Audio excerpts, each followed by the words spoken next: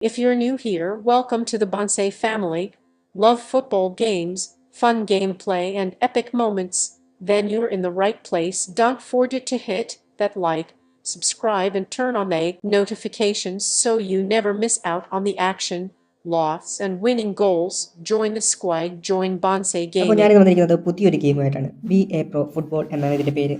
ഇത് ഇന്ത്യയിൽ ഇതുവരെ അവൈലബിൾ ആയിട്ടില്ലായിരുന്നു. എന്നാൽ പ്ലേ സ്റ്റോറിൽ ഇപ്പോൾ ഇത് ഏർലി ആക്സസ് സ്റ്റേജിൽ നമുക്ക് ലഭിക്കുന്നതാണ്. എല്ലാവരും BA Pro എന്ന് പ്ലേ സ്റ്റോറിൽ സെർച്ച് ചെയ്താൽ മാത്രം മതി. ആ ഗെയിം നിങ്ങൾക്ക് സ്വന്തമാക്കാൻ പറ്റും. അത് ഇൻസ്റ്റാൾ ചെയ്യുന്നത് ഏകദേശം ഒരു 150-200 MB അടുപ്പിച്ചാണ് വരുന്നത്.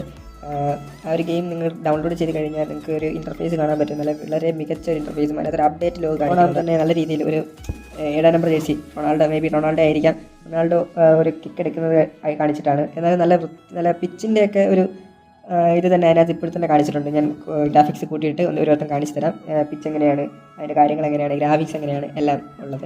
ഇപ്പോൾ ഒരു ഇൻ്റർഫേസ് തുറന്ന് ഗെയിമിൻ്റെ ഒരു മെയിൻ ലോബിക്കകത്ത് വരുമ്പോഴേക്ക് ഇതുപോലെയാണ് കാണുന്നത്. നമുക്കിതിനകത്ത് ലെവലപ്പ് ഉണ്ട്, അതുപോലെ തന്നെ പുതിയ മാച്ച് തുടങ്ങാനായിട്ടുള്ളതുണ്ട്, കുറച്ച് മെസ്സേജസ് വന്നിട്ടുണ്ട്, എക്സ്ചേഞ്ച്, മാർക്കറ്റ് അതൊക്കെ അവൈലബിൾ ആയിട്ടില്ല. അതൊക്കെ ലെവലപ്പ് ആവുന്നതനുസരിച്ച് നമുക്ക് അവൈലബിൾ ആയി വരുന്നതായിരിക്കും.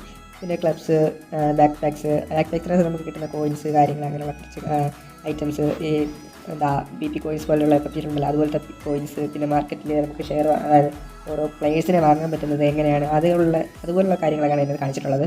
പിന്നെ പ്ലേയേഴ്സിൻ്റെ കാര്യം പറയുകയാണെന്നുണ്ടെങ്കിൽ നമുക്ക് ഒരുവിധം കുറച്ച് പ്ലേയേഴ്സിനെ ആദ്യം നമുക്ക് ഹാളനെ കിട്ടുന്നതാണ്. ഹാളനെ വെച്ചാണ് നമ്മൾ കളി തുടങ്ങേണ്ടത്. അപ്പം അതുപോലെ കുറച്ച് മെസ്സിയൊക്കെ നമുക്കൊരു ടോപ്പപ്പ് വഴി നമുക്ക് കിട്ടുന്നതാണ്.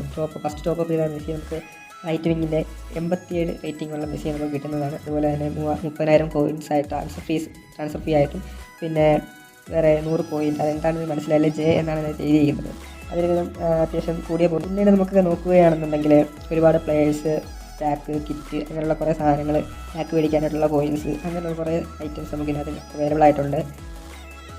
പിന്നെ ഓരോ ലെവലപ്പ് അനുസരിച്ച് നമുക്ക് ഓരോരോ അച്ചീവ്മെൻറ്റ്സ്, അതുപോലെ തന്നെ ഓരോ പ്ലേയേഴ്സ്, അങ്ങനെ ആൾക്കാരെങ്കിൽ അവൈലബിൾ ആയിക്കൊണ്ടിരിക്കും. അവരെയൊക്കെ നമുക്ക് ഫ്രീ ആയിട്ട് നമുക്ക് കളക്ട് ചെയ്യാൻ പറ്റുന്നതായിരിക്കും.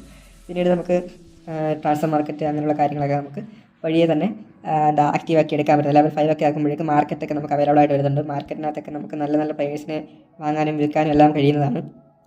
നമ്മുടെ ഒരു കൊച്ചു കിട്ടുമ്പോൾ തന്നെ കുറച്ച് ഒരു ലെവലപ്പായിട്ട് വലിയൊരു സ്കോഡല്ല നമുക്ക് കിട്ടുന്നത്. ഒരു നോർമൽ സ്കോഡായിരിക്കും. അതെല്ലാ ഗെയിമിലും അങ്ങനെയാണ്.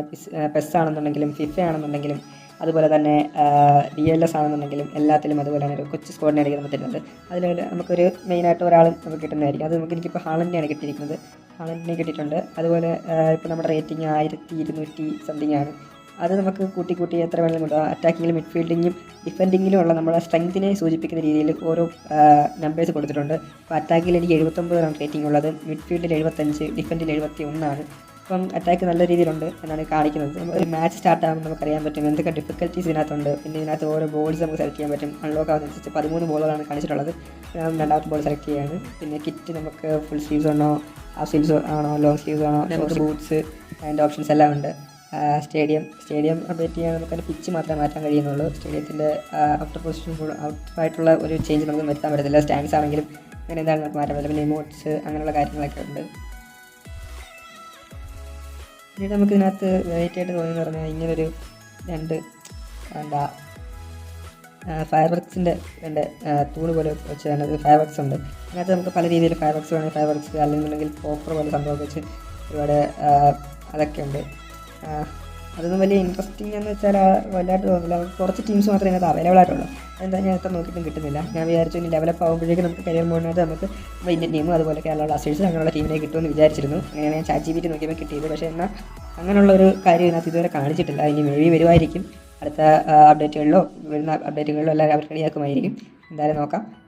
വീണ്ടും നമ്മൾ ഓരോ മാച്ച് കളിക്കാൻ പോവുകയാണ്. ഇതിലെ കൺട്രോൾസ്, പിച്ചിൻ്റെ കാര്യത്തിലാണ് എനിക്ക് കൂടുതലായിട്ട് പറയാനുള്ളത്. പിച്ച് ഒരു റിയലിസ്റ്റിക് പിച്ച് എങ്ങനെയാണ് അതുപോലെയാണ് ഇതിനകത്ത് നമ്മൾ പിച്ച് കാണാൻ വരുന്നത്. പക്ഷേ ഗ്യാലറി നോക്കുകയാണെന്നുണ്ടെങ്കിൽ കളിക്കാരുടെ മുഖം അത്യാവശ്യം കുഴപ്പമില്ല. എന്നാലും ഈ ഗ്യാലറിയിലിരിക്കുന്ന ആൾക്കാരും പിന്നെ ഈ ഗോൾ വല അങ്ങനെയുള്ള സാധനങ്ങളൊക്കെ നോക്കുമ്പം എനിക്കൊരു ഒരു ഡിസ്കംഫോർട്ട് ഫീൽ ചെയ്തിരുന്നു. എന്താണെന്ന് വെച്ചാൽ ഒരു ഗോളിൻ്റെ കാര്യങ്ങളൊക്കെ ഓക്കെയാണ്, ഗോൾ അടിച്ചു കഴിഞ്ഞാൽ. പക്ഷേ വലയുടെ കാര്യത്തിൽ എനിക്കൊരു പേപ്പർ ചുറ്റുണ്ടാക്കിയ വല പോലെ എനിക്ക് തോന്നുന്നുണ്ട്. പക്ഷേ അതിനെ സംബന്ധിച്ച് നോക്കുകയാണെങ്കിൽ അതെല്ലാം പെസ്സിൽ അതുപോലെ DLS പോലും ഇതിനെക്കാട്ടി നല്ല രീതിയിലുള്ള ഗോൾ വല കാര്യങ്ങളൊക്കെ ഉണ്ട്. പിന്നീട് നമ്മൾ നോക്കുന്ന സമയത്ത് എനിക്ക് ഒന്നുകൊണ്ടും അങ്ങോട്ട് ഇഷ്ടപ്പെടാത്തത് ഈ ഗാലറിയിൽ ഇരിക്കുന്ന ആൾക്കാരെയാണ്. എല്ലാം ഒരുമാതിരി പേപ്പർ വെച്ചിട്ടുള്ള എന്തോ സാധനം പോലെ ഇടയ്ക്കിടയ്ക്ക് ചാടുന്നു, ഇടയ്ക്കിടയ്ക്ക് ഇണ്ടിങ്ങുന്നു, ഇടയ്ക്കിടയ്ക്ക് അലയ്ക്കുന്ന അങ്ങനെ ഒരു സമയം. പക്ഷേ കമൻട്രി എനിക്ക് ഇംഗ്ലീഷ് കമൻട്രി അങ്ങോട്ട് ഭയങ്കരമായിട്ട് ബോധിച്ചിട്ടില്ല. പക്ഷേ അതിനകത്ത് വേറൊരു കമൻട്രി ഉണ്ടായിരുന്നു, പക്ഷേ ലാംഗ്വേജ് എനിക്കറിയില്ല കറക്റ്റ്. പക്ഷേ അത് കേൾക്കാൻ്റെ രസമുണ്ട്, ഒരു കണ്ടിന്യൂസ് ആണ്. പക്ഷേ ഇത് അങ്ങോട്ട് കണ്ടിന്യൂസ്, ഇംഗ്ലീഷ് അങ്ങോട്ട് കണ്ടിന്യൂസ് അല്ല. തോന്നുന്നത് നമ്മുടെ ഇംഗ്ലീഷ് അങ്ങനെ ഒരു കമൻട്രി കൊടുക്കാത്തത് വേറെ ഏതോ വിയറ്റ്നാമിൻ്റെ ഏതോ വേർഷനാണ്. വിയറ്റ്നാമീസ് കമൻട്രി ആയിരിക്കും അപ്പോൾ കൂടുതലുണ്ടായിരിക്കുന്നത്. അങ്ങനെയുള്ള രീതിയിലാണ് ചെയ്ത് വെച്ചേക്കുന്നത്. പിന്നെ ഇതിനകത്ത് എടുത്ത് പറയാനായിട്ടുള്ള കാര്യം എന്ന് വെച്ചാൽ നമ്മുടെ കൺട്രോൾസൊക്കെ വളരെ സിമ്പിളാണ്. ഏറ്റവും സിമ്പിളായിട്ടുള്ള കൺട്രോൾസും കാര്യങ്ങളാണ് അതിനകത്ത് കൊടുത്തിട്ടുള്ളത്. നമ്മൾ വിചാരിക്കും ഭയങ്കര ടഫായിരിക്കും, അങ്ങനെയാണ് ഫിഫ പോലെ. ഫിഫയിലൊക്കെ എന്ന് പറഞ്ഞാൽ സിമ്പിളാണ്. എന്ന് വെച്ചാൽ പെസ്സിനെക്കാട്ടി കുറച്ചുകൂടി സിമ്പിളാണ് ഫിഫ, അതിനെക്കാട്ടി കുറച്ചുകൂടി സിമ്പിളാണ് DLS. അതിനെക്കാട്ടി എന്താ സിമ്പിളായിട്ടുള്ള കൺട്രോളാണ് ഇതിനകത്ത് നമ്മൾ കൊടുത്തേക്കുന്നത്. പിന്നെ നമുക്ക് സബ്സ്റ്റിറ്റ്യൂഷനൊക്കെ വരുമ്പോഴേക്കും സബ്സ്റ്റിറ്റ്യൂഷനായിട്ട് നമ്മൾ കുറച്ച് ടൈം നമുക്ക് സ്പെൻഡ് ആവേണ്ടി വരും. നമുക്ക് റിക്വസ്റ്റ് കൊടുത്താൽ മാത്രമേ അടുത്ത ഒരു ബോൾ ത്രോ പോയി കഴിഞ്ഞാൽ മാത്രമേ നമുക്ക് ത്രോ അല്ലെങ്കിൽ ഒന്ന് ഗോൾ കിക്ക് ആകും. അങ്ങനെ എന്തെങ്കിലും ഒരു ടൈം ഗ്യാപ്പ് വന്നാൽ മാത്രമേ നമുക്ക് സബ്സ്റ്റിറ്റ്യൂഷൻ ഇറക്കാൻ പറ്റുകയുള്ളൂ. അങ്ങനെ അത് നല്ലൊരു ഓപ്ഷനാണ്. അത്യാവശ്യം ബാക്കിയുള്ള കാര്യങ്ങളെല്ലാം സൂപ്പറാണ്. പക്ഷേ കമൻട്രി മാത്രമാണ് എനിക്ക് ഇഷ്ടപ്പെടാതെ പോയത്.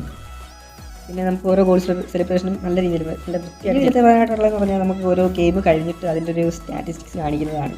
അത്യാവശ്യം സൂപ്പറായിട്ടുണ്ട്. നല്ല എനിക്ക് ഭയങ്കരമായി ഇഷ്ടപ്പെട്ടു. ഇത്രയും നാൾ ഞാൻ പല ഫുട്ബോൾ ഗെയിം കളിച്ചിട്ടുണ്ടെങ്കിലും ഇതുപോലൊരു ഇൻ്റർഫേസ് എനിക്ക് ഭയങ്കരമായി ഇഷ്ടപ്പെട്ടു. നല്ല രീതിയിൽ ഞാൻ എൻജോയ് ചെയ്യുന്നുണ്ട് ഈ സംഭവം. അത്യാവശ്യം സൂപ്പറായിട്ട് നല്ല കിട്ടില്ലെന്ന് പറഞ്ഞാൽ ഞാൻ ഇതിനൊരു 5ൽ 4.5 റേറ്റിംഗ് കൊടുക്കുന്നതായിരിക്കും. പിന്നെ ഇതിനകത്ത് നമുക്ക് ലാസ്റ്റ് നമുക്ക് ഓരോ സേവ്സിൻ്റെയും ഗോൾ അടിച്ചതും എല്ലാം റീപ്ലേ കാണാൻ പറ്റുന്നതായിരിക്കും. നമുക്ക് ലെവലപ്പായി പോകുന്നതനുസരിച്ച് നമുക്ക് ഓരോ റിവാർഡ് കിട്ടുന്നതാണ്. പിന്നെ നമുക്കിപ്പം ട്രാൻസ്ഫർ മാർക്കറ്റ് ഓൺ ആയിട്ടുണ്ട്. ട്രാൻസ്ഫർ മാർക്കറ്റ് ഓൺ ആകുന്നതിന് മുമ്പ് ഞാൻ കുറച്ച് എൻ്റെ പ്ലേയേഴ്സിൻ്റെ വാല്യൂസ് കാര്യങ്ങളൊക്കെ കുറച്ച് പ്ലേയേഴ്സിനൊക്കെ ആഡ് ചെയ്തും കുറച്ച് കൂപ്പൺസൊക്കെ പൊട്ടിച്ചൊക്കെ ഓരോ പ്ലേയേഴ്സിനെ വാങ്ങിയത് കാണിച്ചു തരാം. അത്യാവശ്യം നല്ല രീതിയിൽ ഞാൻ എൻ്റെ പ്ലേയേഴ്സിനെ ഡെവലപ്പ് ചെയ്തിട്ടുണ്ട്.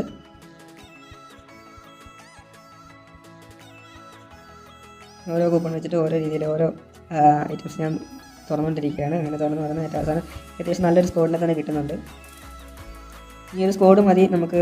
എൻ്റെ സ്കോഡിൻ്റെ റേറ്റിംഗ് ആകുമ്പം പിന്നെ നമുക്ക് സ്കോഡിൻ്റെ റേറ്റിങ്ങിനെ പറ്റി പറയുകയാണെന്നുണ്ടെങ്കിൽ എനിക്ക് ഏകദേശം എത്രയാണ് 1480 അടുപ്പിച്ച് അതിൻ്റെ റേറ്റിംഗ് വന്നിട്ടുണ്ട്. അറ്റാക്കിങ്ങിൽ 82, മിഡ്ഫീൽഡിൽ 82, ഡിഫൻഡിൽ 83. അത്യാവശ്യം നല്ല പ്ലേയേഴ്സിനെ കിട്ടിയിട്ടുണ്ട്.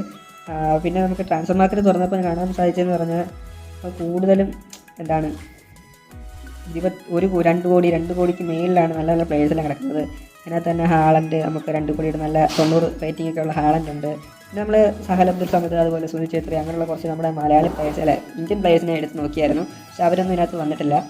പിന്നീടുള്ളതെന്ന് പറഞ്ഞാൽ പിന്നെ ഞാൻ ആൻഡ്രിയ ലൂണ അങ്ങനെയുള്ള ഡയമണ്ട് ക്രൂസ് അതൊക്കെ നോക്കി, അവരെയും കിട്ടുന്നില്ല. പിന്നെ നമുക്ക് അത്യാവശ്യം ഇൻ്റർനാഷണൽ പ്ലേയേഴ്സിന് എന്ന് വെച്ചാൽ കുറച്ച് യൂറോപ്യൻ ലീഗ്സിലുള്ളത്, അമേരിക്കൻ ലീഗ്സ് അങ്ങനെയുള്ള കുറച്ച് പ്ലേയേഴ്സിന്, ഏഷ്യൻ പ്ലേയേഴ്സിന് അങ്ങനെ കിട്ടാൻ സാധ്യതയില്ല, കിട്ടിയിട്ടില്ല എനിക്ക് ഇതുവരെ.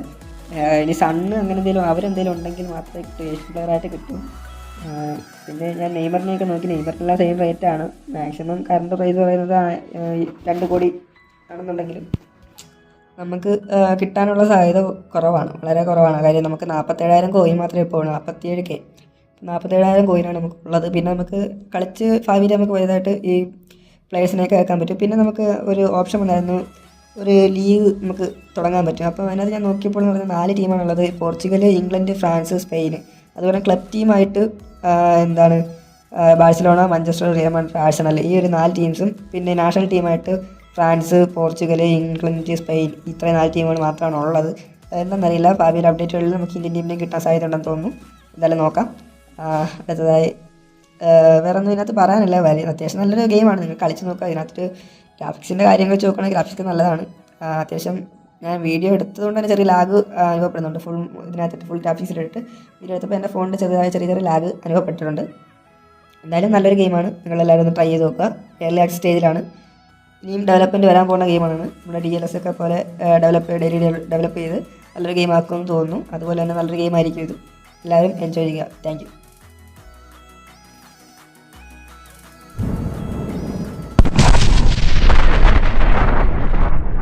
Thanks for watching.